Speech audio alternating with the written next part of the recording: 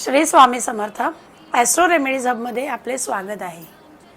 सध्याच्या काळामध्ये कोणाला पैसे नको आहेत किंवा कोणाला जास्त पैसे नको आहेत, आपल्या लक्ष्मीमध्ये कशी वाढ होईल, तर आज मी तुम्हाला एक छोटासा मंत्र सांगणार आहे, पण अत्यंत पॉवरफुल असा हा मंत्र आहे।